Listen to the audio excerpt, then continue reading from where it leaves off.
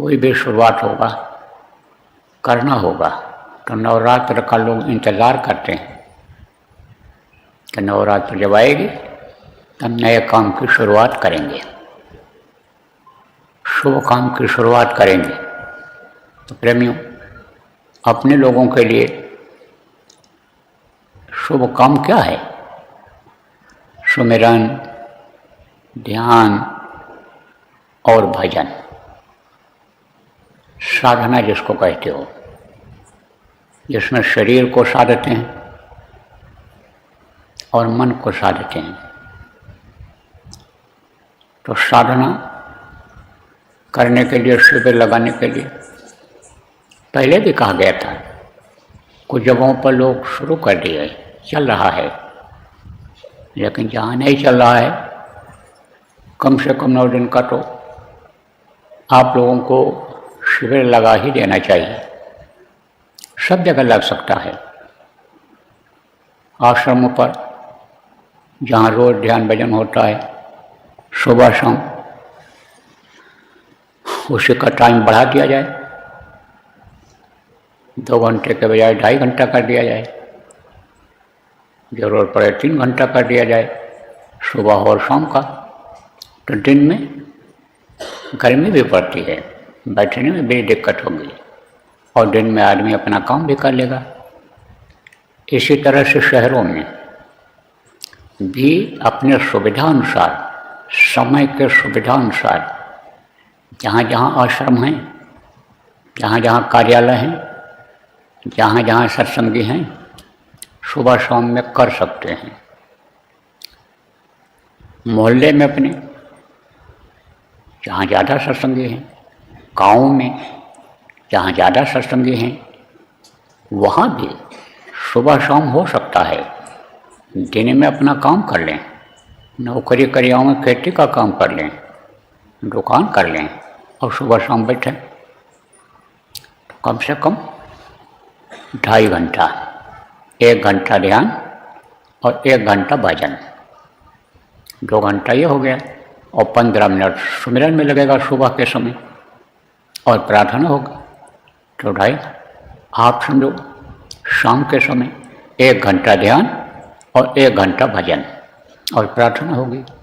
तो इस तरह से यानी समझो कि शाम को भी 2-2.25 घंटा हो जाएगा, और सुबह भी कम से कम 2.5 घंटा हो जाएगा।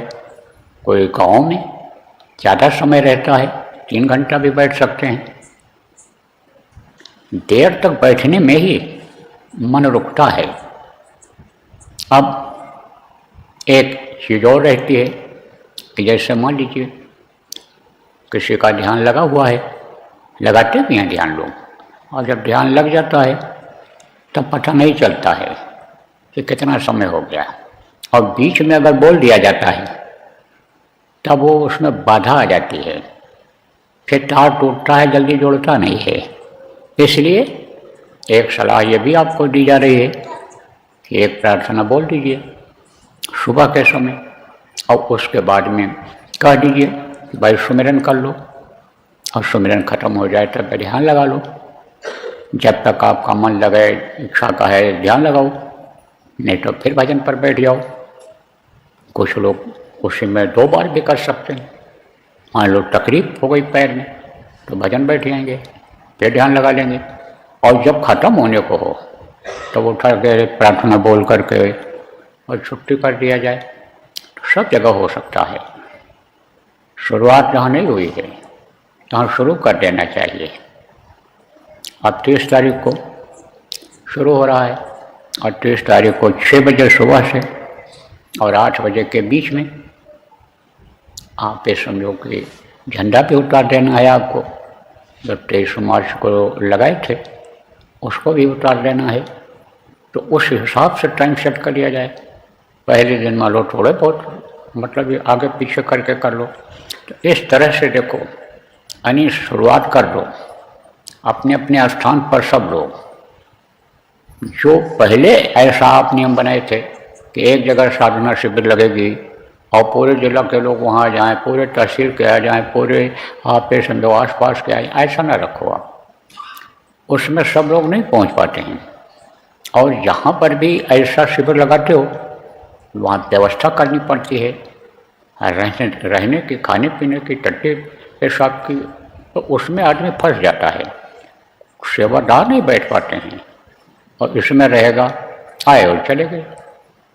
शहरों में भी आप देख लो, जिसके यहाँ जगह हो, एकांत हो, सुबह जब जल्दी कर लोगे तो कोई बाधा नहीं रहेगी, कोई आवाज़ भी नहीं आएगी। बहुत से लोग ऐसे भी हैं कि जिनके पास बहुत जगह है, धार्मिक हैं, जब कह दोगे आप कि साहब बैठने के लिए हमको दे दीजिए और हम ध्यान भजन पूजा करेंगे, साधना करेंगे, चले जाएंगे, दे देंगे लोग जगह दे देंगे। पार्क हैं, पार्कों में भी जहाँ रोक नहीं है वहाँ भी बैठ करके किया जा सकता है। तो इस तरह से यानी बनाओगे व्यवस्था प्रेमियों, आप सब लोग, जो भी देश के लोग हैं, ये आप सबको समाचार भेज रहे हैं, ये देखो प्रेमी सब जगह जा रहा है, तो आप लोग अपने अपने हिसाब से, जो भी प्रांतों के, जिला के लोग हैं जिम्मेदार, आप अपनी व्यवस्था बना लो। अभी 2 दिन है और साधना शिविर चालू करा दो।